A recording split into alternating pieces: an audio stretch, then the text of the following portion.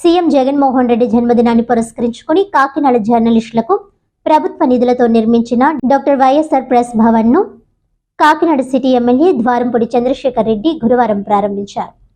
ఈ సందర్భంగా ఆయన మాట్లాడుతూ సుదీర్ఘకాలంగా జర్నలిస్టులకు ప్రెస్ క్లబ్ భవనం ఆచరణకు నోచుకోలేదని, సీఎం జగన్మోహన్ రెడ్డి జన్మదినాన్ని పురస్కరించుకుని కాకినాడ జర్నలిస్టులకు ప్రెస్ క్లబ్ భవనం ఏర్పాటు చేయడం ఆనందంగా ఉందన్నారు. కాకినాడ సిటీకి చెందిన జర్నలిస్టులందరూ ఐక్యంగా ప్రెస్ క్లబ్ భవనాన్ని సద్వినియోగం చేసుకోవాలని కోరారు. క్లబ్ అభివృద్ధికి తన వంతు సహాయ సహకారాలు ఎల్లప్పుడూ అందిస్తానని హామీ ఇచ్చారు. అనంతరం సీనియర్ జర్నలిస్టులు టి మధుసూదన్ రావు, వారణాసి సూర్యనారాయణ, అడప అప్పారావులను ఘనంగా సన్మానించి కేక్ కట్ చేశారు. జర్నలిస్టుల నుండి ఏపీఎంఎఫ్ జిల్లా అధ్యక్షులు వలవల దుర్గారావు మాట్లాడుతూ నూతన ప్రెస్ క్లబ్ కమిటీల ఏర్పాటులో అన్ని వర్గాలను, యూనియన్లను, వర్కింగ్ జర్నలిస్టులను కలుపుకొని జర్నలిస్ట్ జేఏసీ ఏర్పాటు చేయాలని కోరారు. ఈ కార్యక్రమంలో ఎమ్మెల్సీ కరి పద్మశ్రీ, కుడా చైర్మన్ రాగిరెడ్డి చంద్రకళా దీప్తి, మాజీ మేయర్ సుంకర శివప్రసన్న, పలువురు జర్నలిస్టులు తదితరులు పాల్గొన్నారు.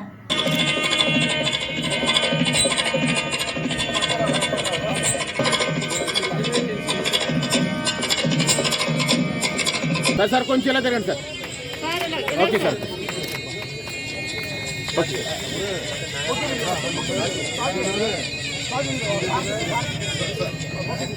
సార్ సార్ ఒకసారి సార్ సార్ సార్ అందరం సార్ వాటర్ బాటిల్ తీసుకెళ్ళి పడారా సార్ సార్ సార్ సార్ ఇలా ఇలా సార్ సార్ ఎల్ఎస్ గారు లోపలికి వెళ్ళండి.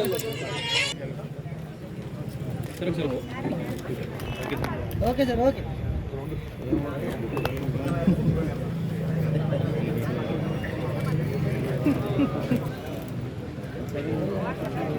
ఓకే ఓకే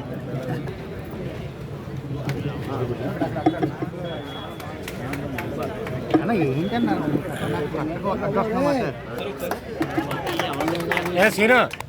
మధుసూదన్ రావు గారు, వారణాసి సూర్యనారాయణ గారు, అప్పారావు గారు, అదేవిధంగా మా తమ్ముడు వీరభద్రరెడ్డి గారు, ఎమ్మెల్సీ గారు, కుడా చైర్పర్సన్ గారు, వైఎస్ఆర్ పార్టీ ప్రెసిడెంట్ గారు, ఎక్స్ మేయర్ గారు, వేదిక జర్నలిస్ట్ సోదరులకు అందరికీ కూడా కమిటీ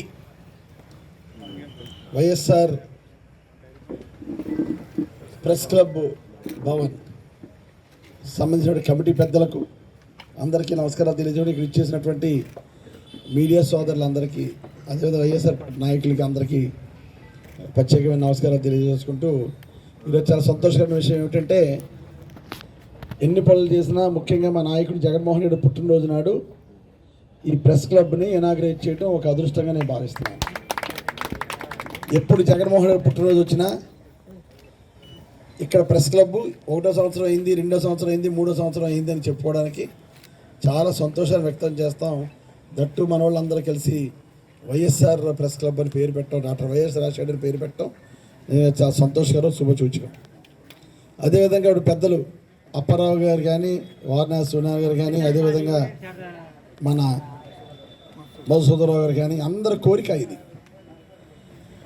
నేను 2009 నుంచి 2014 వరకు ఎమ్మెల్యేగా ఉన్నప్పుడు నా దృష్టికి అయితే పెద్ద రాలేదు ఈ సమస్యని. నేను మొన్న గెలిచినప్పటి నుంచి మన వాళ్ళు చెప్పడం జరిగింది, ఆలోచించాను. ఏ ఏరియాలో మనం పెడితే బాగుంటుంది అని ఆలోచించి, ఈ ప్రాంతం అయితే రెవెన్యూ కాలనీ అయితే మీకు బాగుంటుంది, ఇక్కడ పార్కింగ్కి ప్రాబ్లం లేదు, ఎక్కడ సౌండ్లు కానీ కొంచెం మంచి వాతావరణంలో ఉన్నటువంటి కమ్యూనిటీలు మీకు ఇవ్వాలని ఆలోచించి ఈ కమ్యూనిటీలు ఇవ్వడం జరిగింది. అదేవిధంగా మొన్న పేరు డిసైడ్ చేసి కరెక్ట్గా 4 రోజులు అయింది. మన పెద్దలందరూ వచ్చి వైఎస్ఆర్ ప్రెస్ క్లబ్ అని పెడదామని పేరు డిసైడ్ చేస్తే నేను వెంటనే కలెక్టర్ గారు కూడా పంపించాను ప్రపోజల్.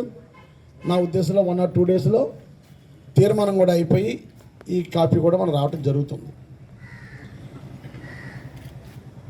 ఈ ప్రెస్ క్లబ్కు సంబంధించి కొన్ని నామ్స్ పెడితే బాగుంటుంది అని పెద్దలందరూ సూచనల మేరకు కొన్ని నిర్ణయాలు కూడా తీసుకోవడం జరిగింది. అది కొంచెం ఇబ్బందికరమైన వాతావరణం ఉన్నా, కొంచెం ఏదైతే మన కలెక్టరేట్లో రికగ్నిషన్ ఉంటాయో అటువంటి వాళ్ళని పెట్టేలాగా మనం చేయాలని ఒక నిర్ణయం కూడా తీసుకోవడం జరిగింది.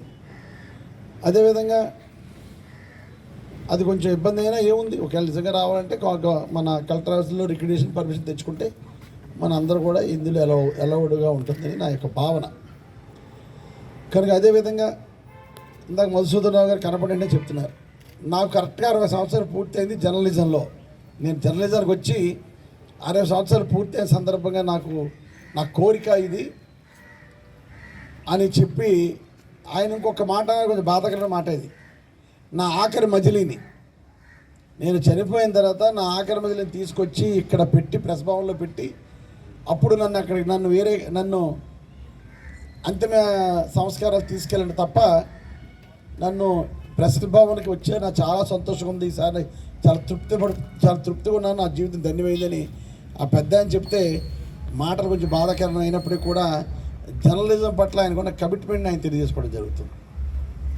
అంటే ఆయన కోరిక ప్రెస్ భవన్కి రావాలి అని.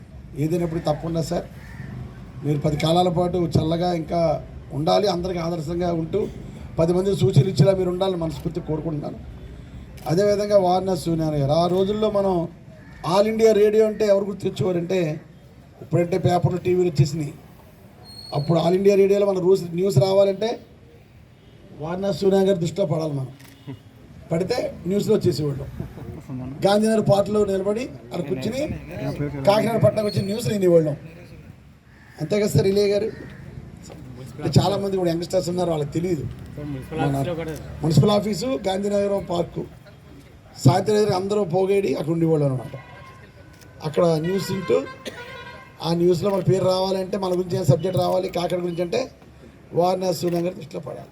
అంత సీనియర్ అనుభవజ్ఞుడు అప్పారావు గారు, చాలా అనుభవమైన వ్యక్తి. అప్పారావు గారి మీద నాకున్న అభిప్రాయం ఏంటంటే కరెక్ట్ గైడెన్స్ అనమాట. గైడెన్స్ అంటే కరెక్ట్ అసెస్మెంట్. పొలిటికల్గా ఫోన్ చేసి అప్పారావు గారు ఆ వార్డు ఎలాగుంది, ఈ వార్డు ఎలాగుంది అంటే ఆయన తెలిస్తే సమాచారం చెప్తారు, తెలియకపోతే ఒక రోజు టైం ఇవ్వండి చెప్తారు. ఆయన చెప్పింది జరిగేది అంతే.